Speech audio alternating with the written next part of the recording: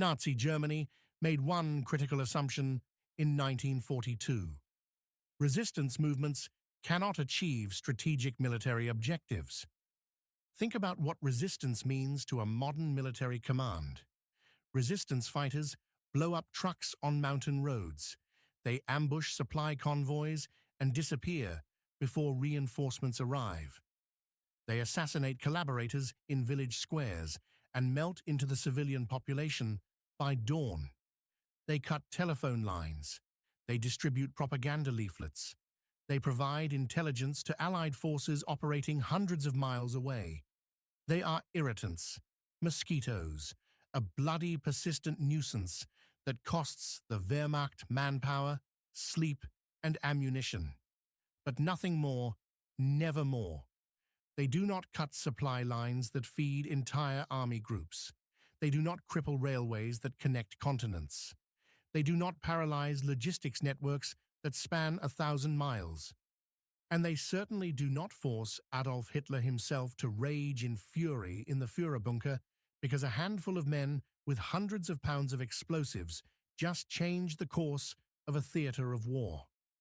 This assumption is not arrogance, it is mathematics. Consider what strategic sabotage requires. You need heavy explosives, not the improvised charges that derail freight cars, but precision demolitions measured in hundreds of pounds that can collapse reinforced infrastructure. You need engineers who understand load-bearing calculations, blast radius, and structural failure points. You need operational security so tight that not a single informant, not one captured fighter under interrogation, reveals the target before the mission executes. Most critically, you need unity. Resistance movements do not have unity. They fracture along every possible fault line. Political ideology, ethnic identity, religious affiliation, loyalty to exiled governments versus local commanders. In Poland, the Home Army fights Soviet-backed partisans. In Yugoslavia, Tito's communists battle Mihailovic's royalists. In France, de Gaulle's followers refuse to coordinate with communist resistance cells. Everywhere the Wehrmacht looks, resistance groups are more interested in positioning for power after liberation than in actually achieving it. They spend as much ammunition fighting each other as they do fighting Germans. Germany knows this. Every occupation authority from Warsaw to Athens operates on this foundational principle. Let the resistance factions kill each other. Encourage their divisions. Save your bullets for the enemy that actually matters. The Allied armies advancing from the east and west. In Greece, this assumption seemed ironclad. By November 1942, Greece had been under Axis occupation for 18 months. Two major resistance groups controlled the mountains. ELAS, the National People's Liberation Army. Communist guerrillas led by Aris Velouchiotis. Perhaps 3,000 fighters scattered across central Greece. They fought for a communist Greece that would align with Moscow after liberation. EDES, the National Republican Greek League. Nationalist fighters led by Napoleon Zervas. Perhaps 500 fighters. They fought for a Greece that would restore the monarchy and align with Britain. They hated each other, not casual animosity. They hated each other with the venom that comes from knowing that when the Germans finally leave, one of these groups will have to destroy the other to control Greece's future. In 3 years, they would wage a civil war that would kill 50,000 Greeks.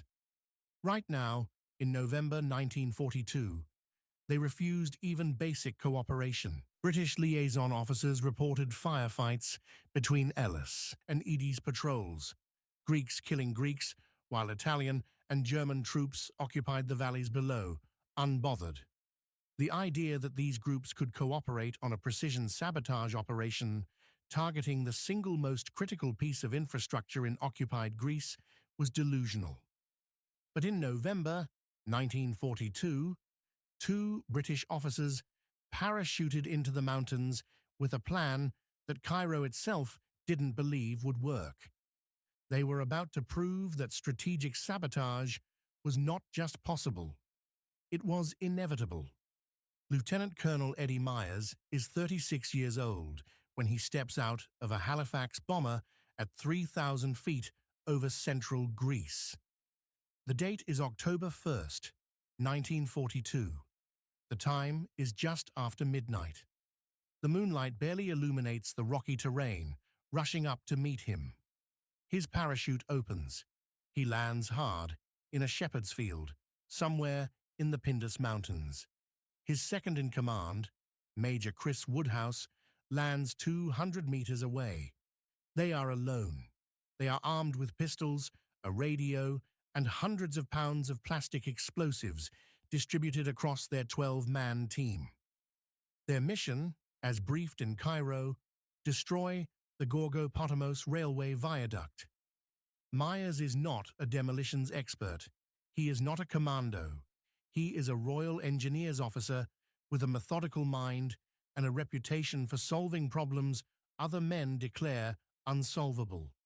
Special Operations Executive chose him for this mission because it requires something more difficult than blowing up a bridge. It requires making enemies cooperate. The strategic situation is this. Field Marshal Erwin Rommel's Afrika Korps is fighting for survival in North Africa. The Battle of El Alamein is about to begin. Rommel needs supplies, fuel, ammunition, reinforcements, food.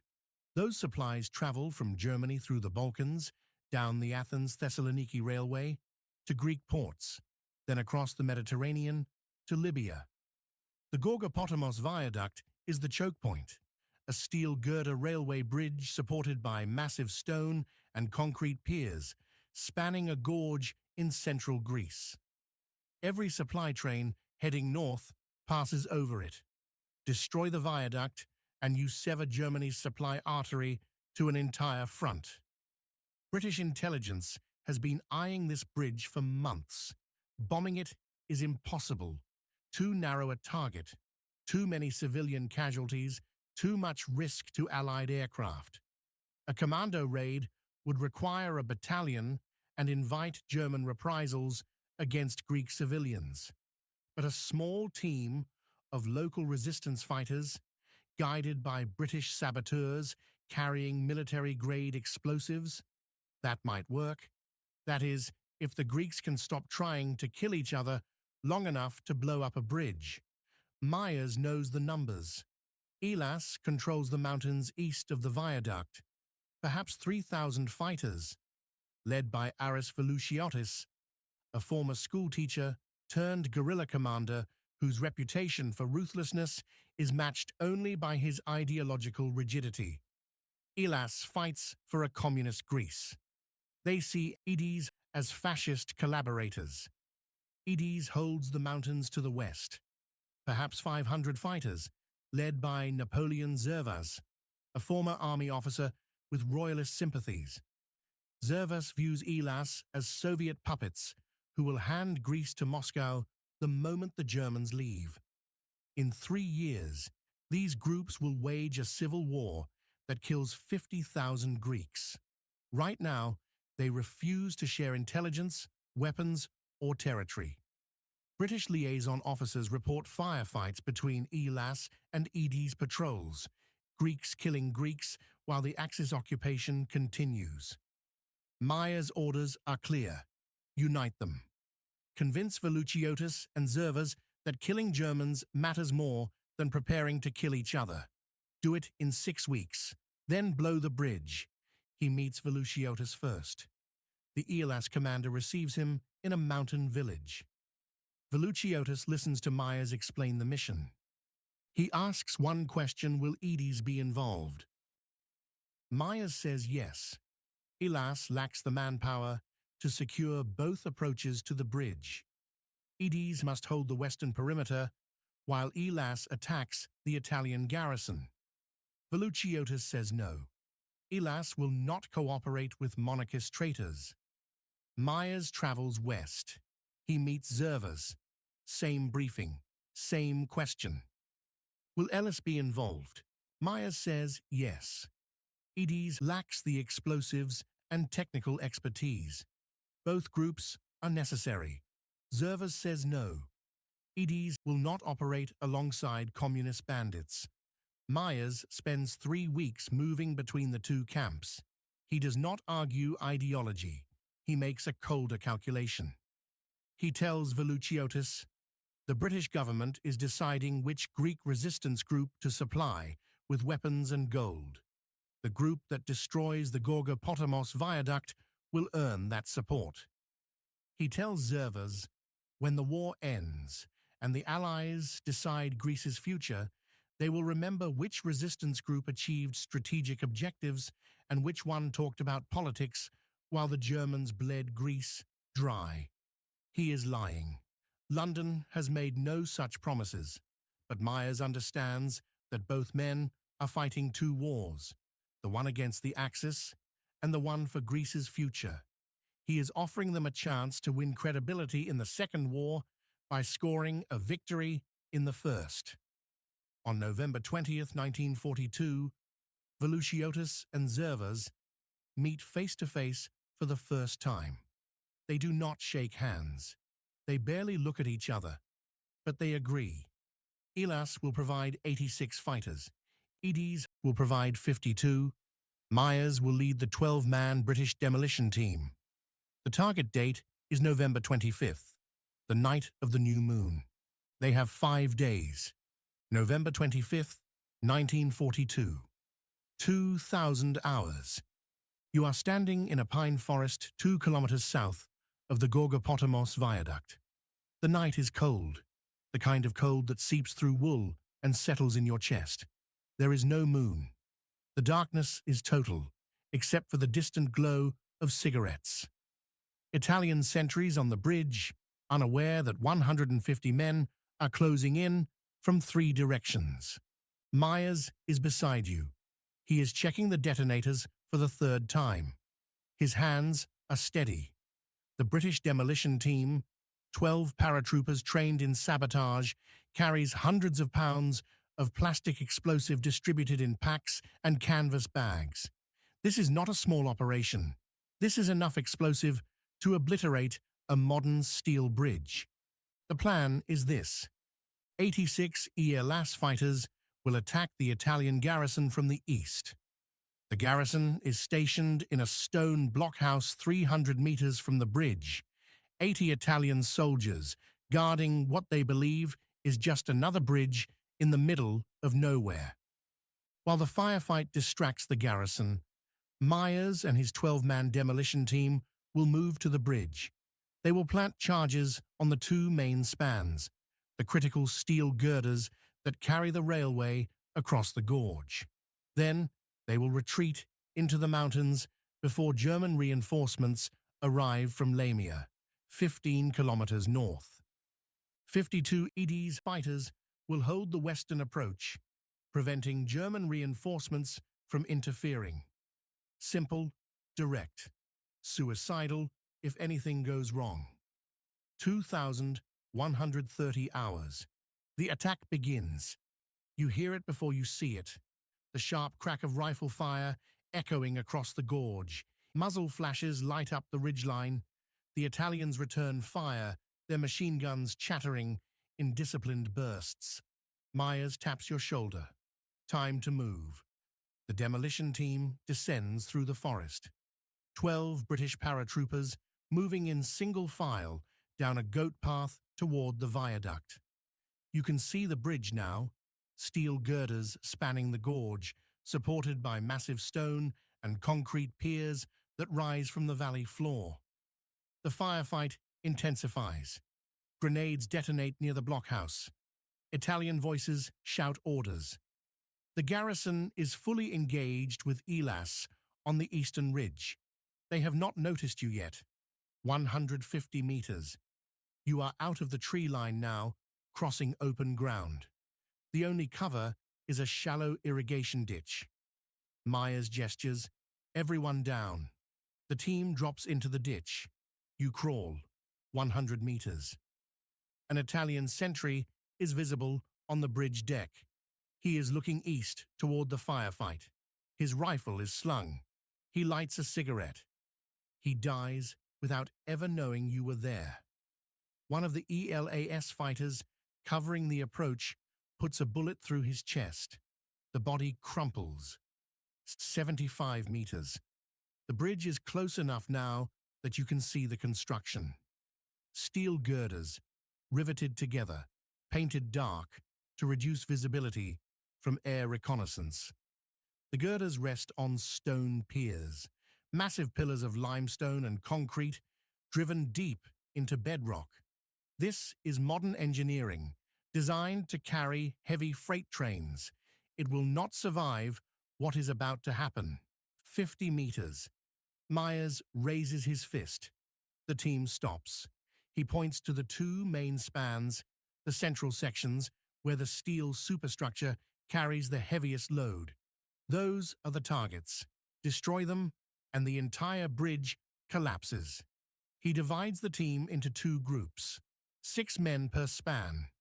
Each group carries enough explosive to shear through steel and drop the railway into the gorge below. 2,215 hours.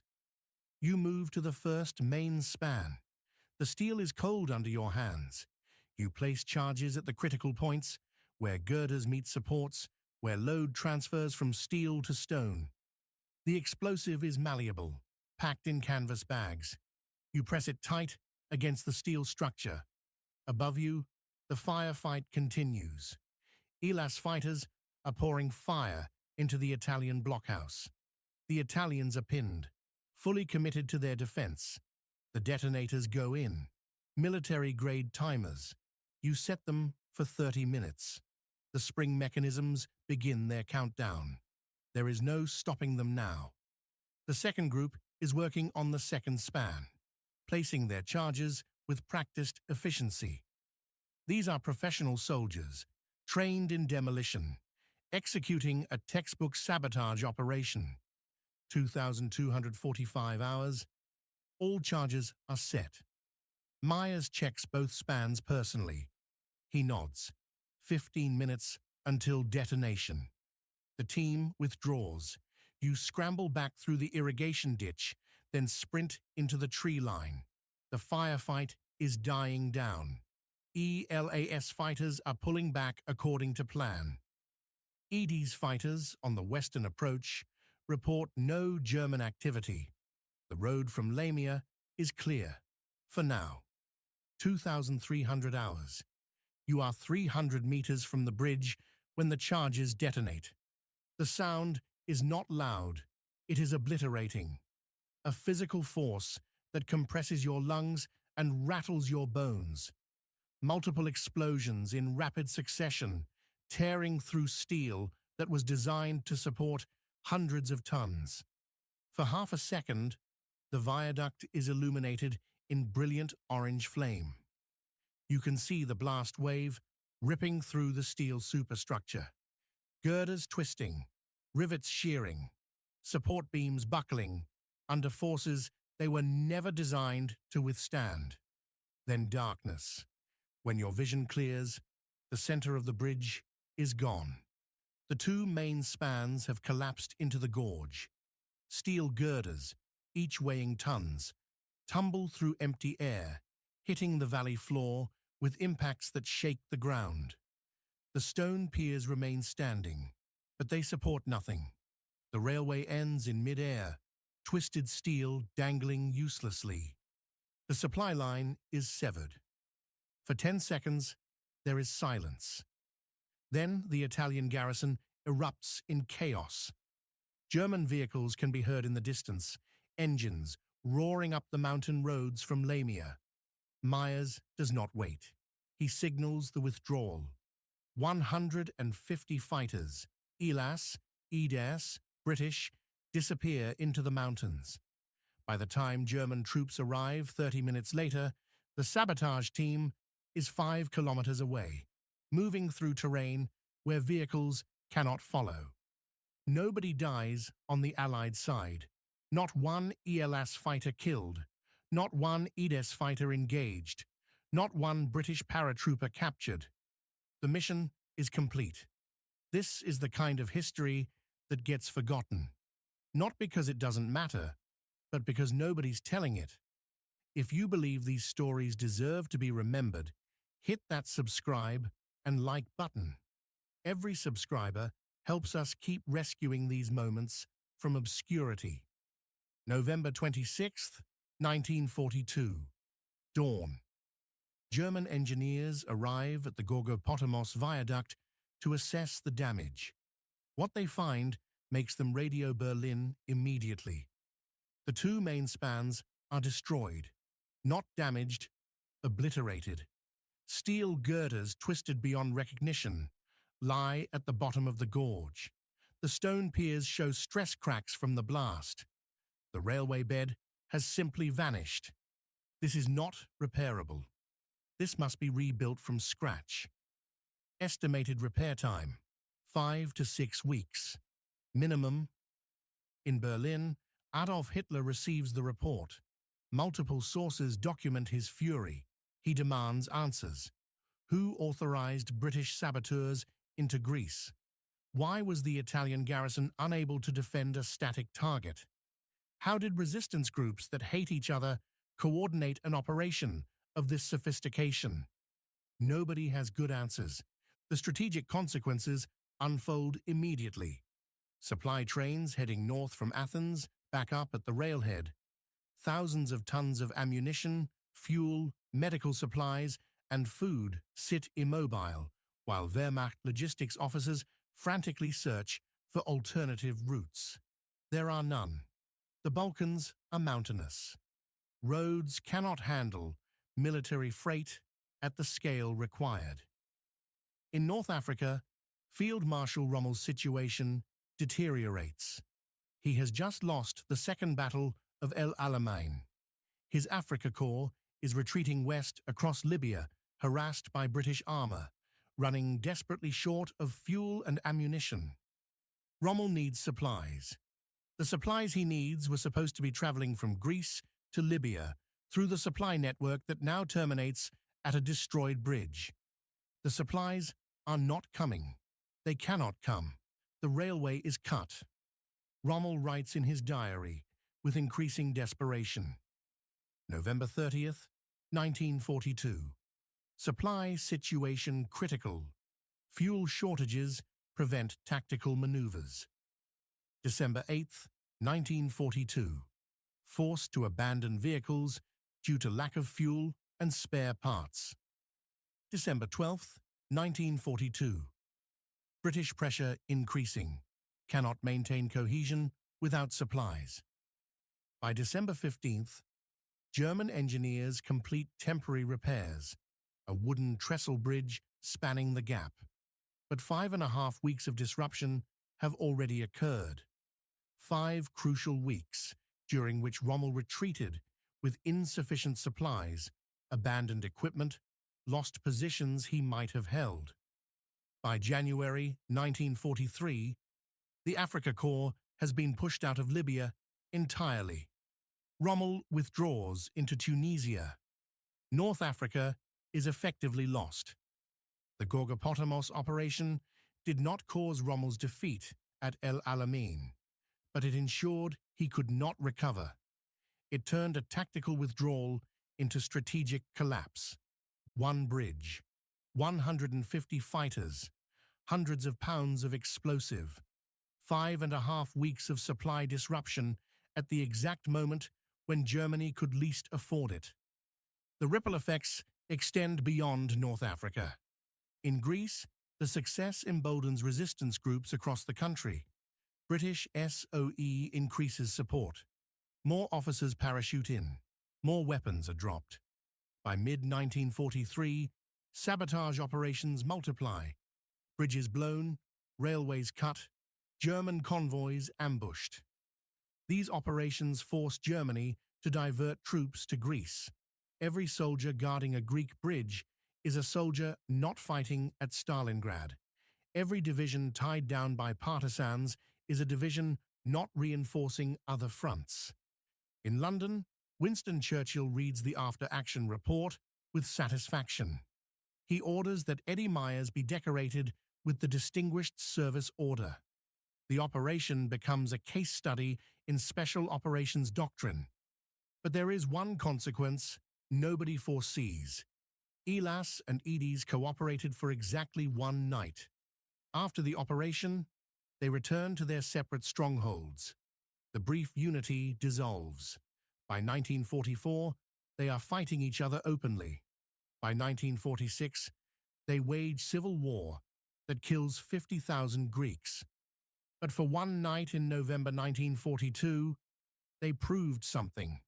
That unity, even temporary, even cynical, can accomplish what division never will.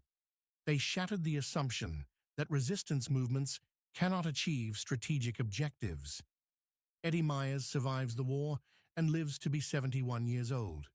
He remains in Greece through 1943, coordinating additional SOE operations, watching the political situation deteriorate towards civil war. In 1944, he is recalled to Britain and promoted to brigadier. After the war, he writes a memoir titled Greek Entanglement. Published in 1955, it receives modest attention. Myers never claims the operation changed the war. He writes, "The operation proved valuable from a strategic perspective. The disruption contributed in a measurable degree to operations in North Africa." Eddie Myers dies in 1997 in Surrey. His obituary in the Times mentions his service in Greece, but focuses on his post-war engineering career. The Gorgopotamos operation is a single paragraph. Chris Woodhouse survives and lives to 83, dying in 2001. He remains in Greece as a liaison officer during the Civil War. He later serves in Parliament and becomes a historian, writing extensively about Greece. He never stops trying to explain why Greece descended into civil war, despite their wartime cooperation. Aris Velouchiotis does not survive. In 1945, hunted by government forces, he is cornered near his home village. Rather than 39 years old, he shoots himself. Government forces decapitate his corpse and display his head in Trikala as a warning.